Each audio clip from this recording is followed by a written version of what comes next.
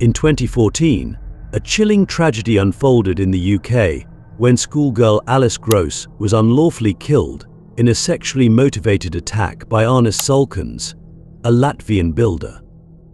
Zalkalns was not only implicated in Alice's death, but also had a troubling history of violence, having previously killed his wife and sexually assaulted a teenager.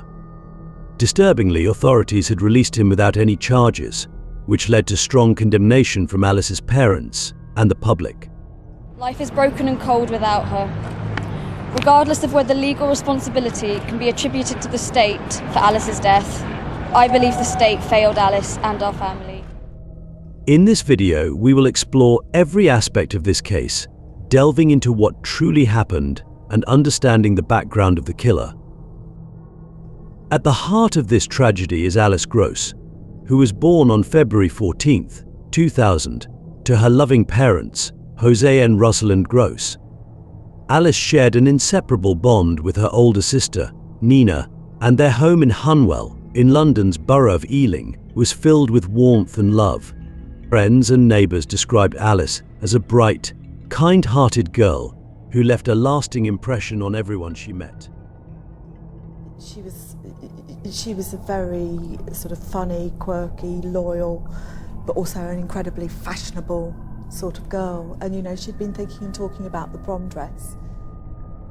Alice's curious mind helped her thrive academically. Her head teacher described her as exceptionally bright. Beyond her intellect, Alice had a deep love for nature, which she channeled into her beautiful artwork.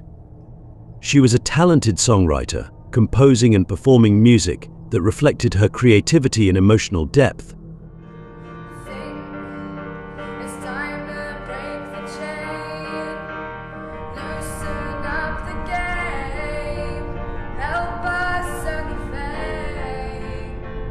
With her piano skills and confidence as an actor, Alice's talents shone brightly. She was cherished by her family, friends, and everyone fortunate enough to know her. Despite her many gifts, Alice faced significant challenges in 2014. Like many teenagers, she was navigating personal changes, but she also struggled with anorexia, a condition that deeply affected her health and well-being. On top of this, the mounting pressure of her Year 9 GCSE exams weighed heavily on her young shoulders. Alice's vulnerability made her prone to fainting, but her resilience shone through. She refused to let her struggles hinder her education or her love for music. At school, she wrote an essay on the topic of freedom of movement in Europe. In it, she expressed her belief in allowing people to move freely across borders, even if they had a criminal past. Alice argued that banning criminals from entering the UK could perpetuate racism, suggesting that foreign offenders were seen as more dangerous than British ones. Her parents later shared this essay, a chilling and tragically prophetic glimpse into the events that would unfold. On Saturday, August 28, 2014, at 1 p.m, Alice left home for a walk along the Grand Union Canal near the River Brent. This picturesque canal, stretching from London to Birmingham, was one of her favourite places to explore. Her love for nature made such walks a regular part of her routine. Before leaving, Alice told her mother she'd be back by 6 p.m. Known for her punctuality, Alice always kept her word. If she ever needed to change her plans, she made sure to inform her parents. Her reliability made what followed even more alarming. That day, Alice set out on her walk, heading south from Hanwell to Brentford. Her route took her through Hanwell Lock, Trumper Field, and Boston Manor Park, eventually reaching Brentford Lock. At 3:45 p.m, CCTV cameras captured Alice walking near Brentford Lock.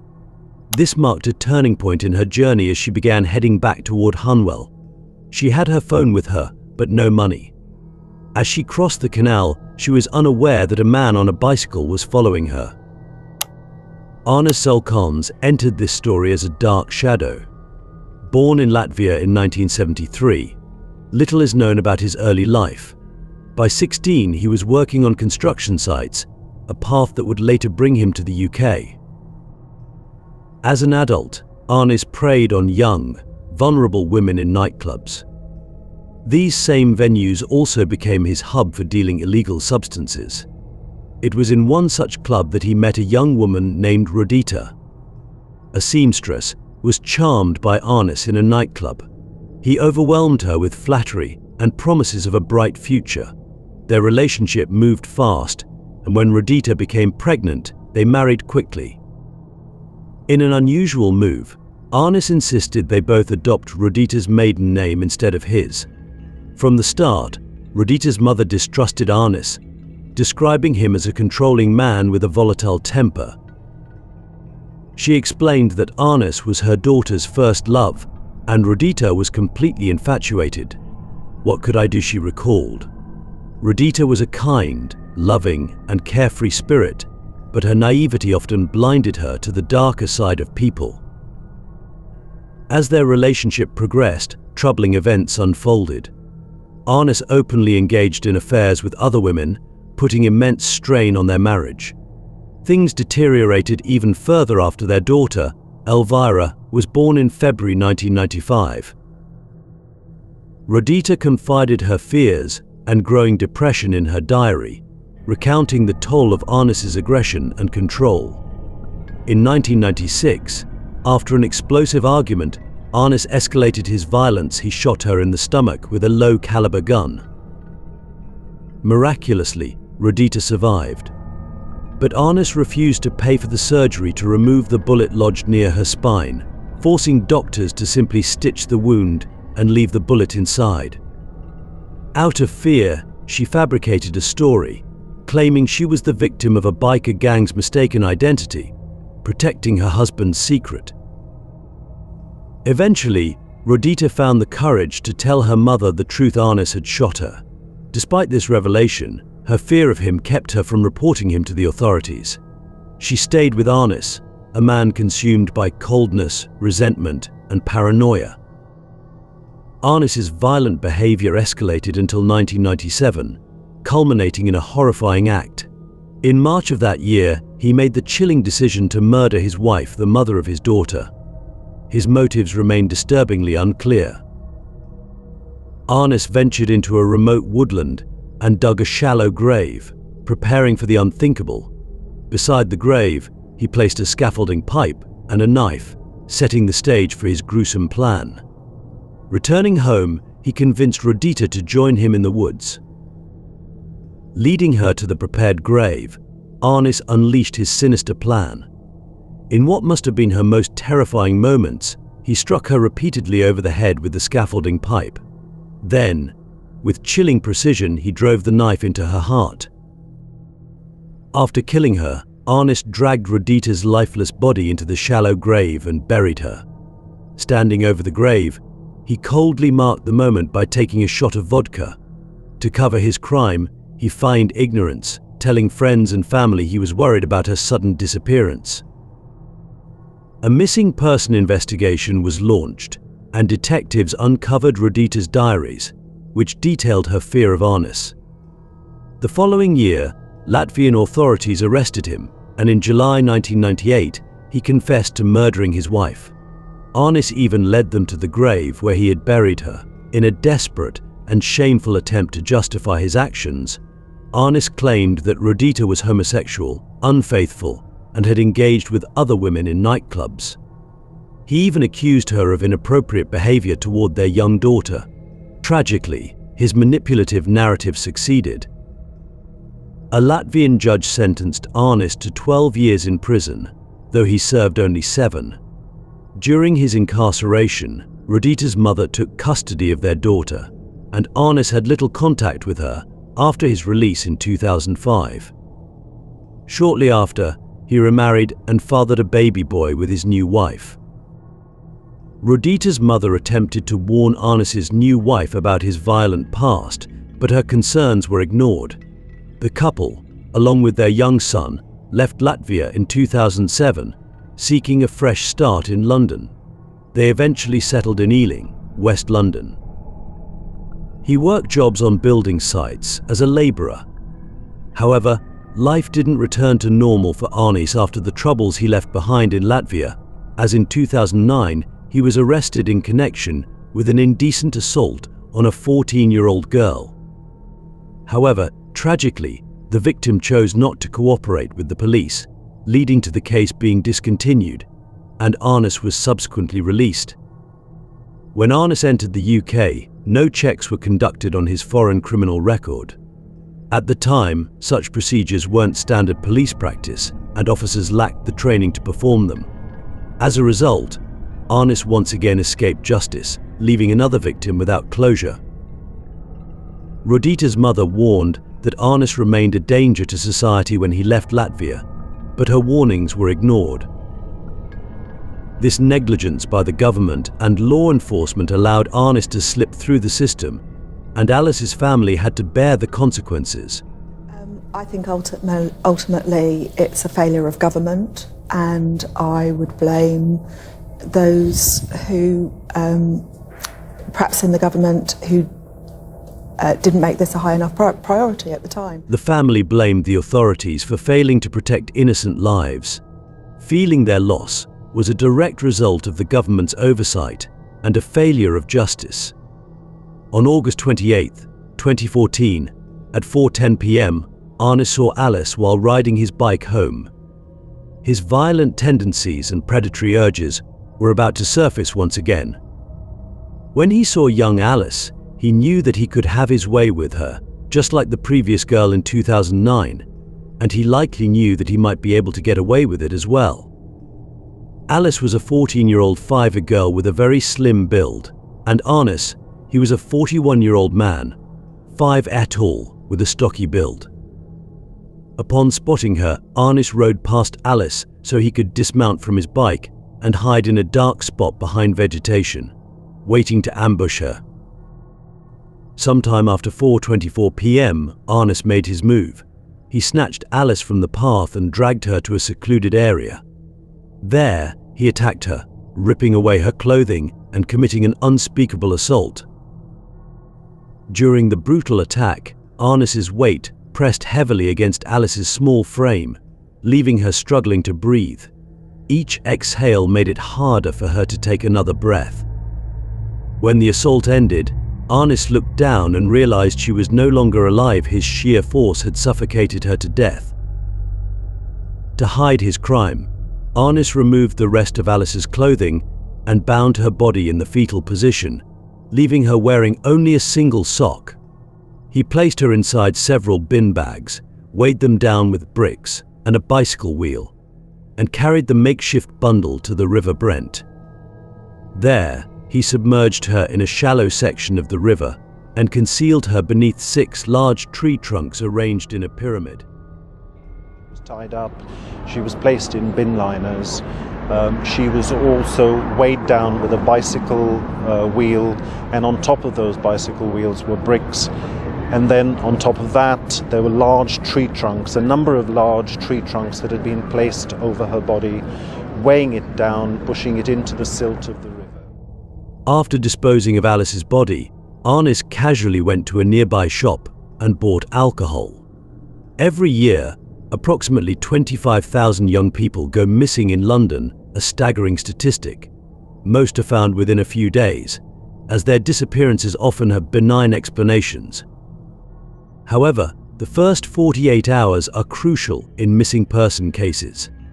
As time passes, the chances of locating them alive diminish significantly. When Alice failed to return home, her mother was immediately alarmed. Knowing Alice had left without money, she was certain her daughter couldn't have traveled far. Alice was always punctual and responsible. Something had to be wrong. By September 1st, 4 days after her disappearance, the Metropolitan Police had questioned her friends, conducted door-to-door inquiries, and searched parks and open areas, but there was still no trace of her. Despite their efforts, Alice remained missing, and there were no leads. Her family made a heartfelt public appeal, pleading with Alice to reach out, expressing how deeply they missed her. The message is more urgent the longer Alice has been missing, the more worried and concerned that we feel, and obviously the greater the anguish that we feel. But it could be that something jogged somebody's memory today and they were on that towpath on that day. So we're asking really people to come forward as witnesses if they have any information whatsoever. Her mother shared her growing fears, explaining that Alice's struggle with anorexia heightened their concern for her safety. Authorities considered the possibility that Alice might have collapsed and fallen into the River Brent. However, as time passed, this theory seemed less likely. If she had fallen in, her body would have surfaced by then. This realization shifted the investigation's focus. Someone else had likely played a role in her disappearance.